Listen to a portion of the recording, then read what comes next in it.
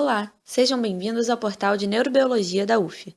Nesta videoaula, iremos falar sobre os neurotransmissores aminoácidos. Dentre as categorias químicas de neurotransmissores existentes, a categoria dos aminoácidos é a mais abundante. Os principais aminoácidos utilizados como neurotransmissores são glutamato, glicina e GABA, que é o ácido gama-aminobutírico.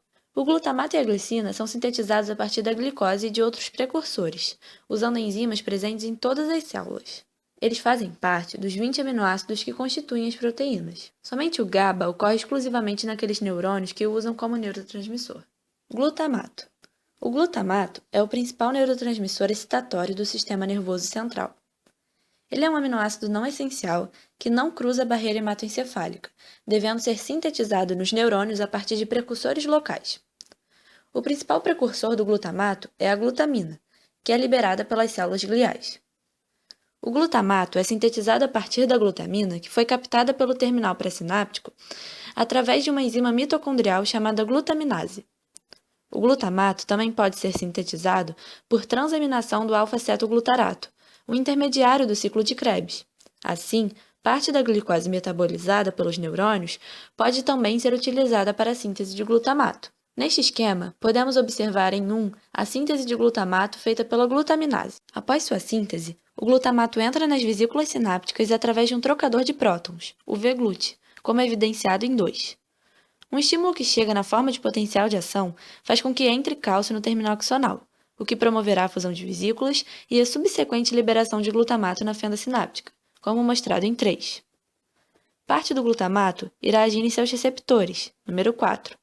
Já o que sobra do neurotransmissor não é degradado na fenda sináptica, como no caso da acetilcolina, que vimos na videoaula anterior. Ao invés da degradação, o glutamato sofre recaptação pela célula pré-sináptica e pelas células da glia. O principal recaptador de glutamato na fenda é a célula glial. Se for recaptado pela célula pré-sináptica, ele é encaminhado diretamente para as vesículas, número 5. Já se for recaptado pelas células gliais, número 6, estas convertem glutamato em glutamina pela enzima glutamina sintetase, número 7.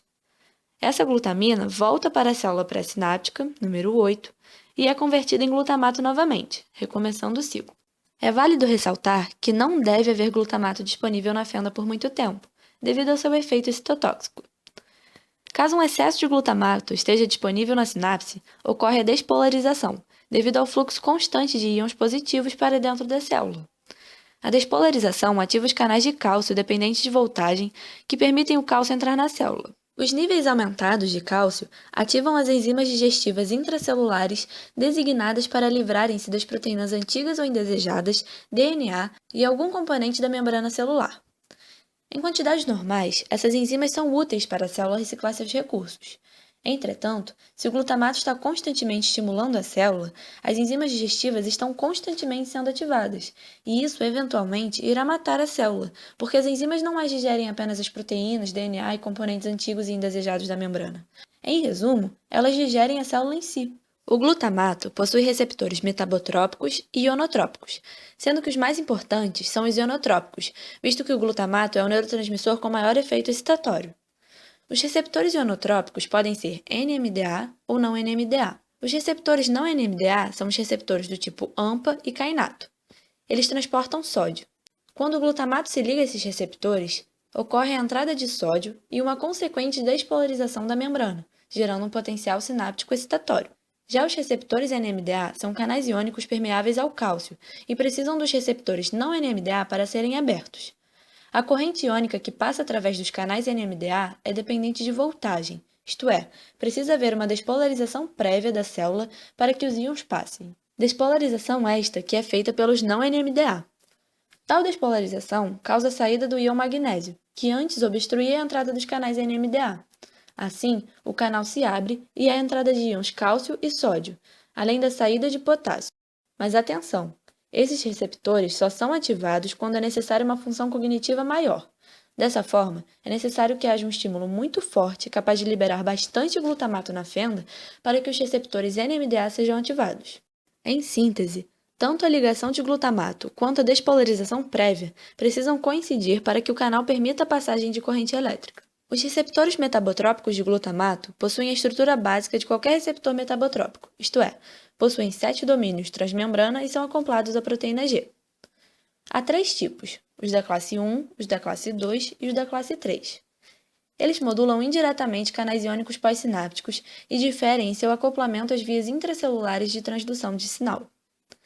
Diferentemente dos receptores glutamatérgicos ionotrópicos, que são excitatórios, os mGlu-Rs causam respostas sinápticas mais lentas que podem aumentar ou diminuir a excitabilidade das células pós-sinápticas. Uma curiosidade sobre o glutamato é a sua relação com a plasticidade sináptica.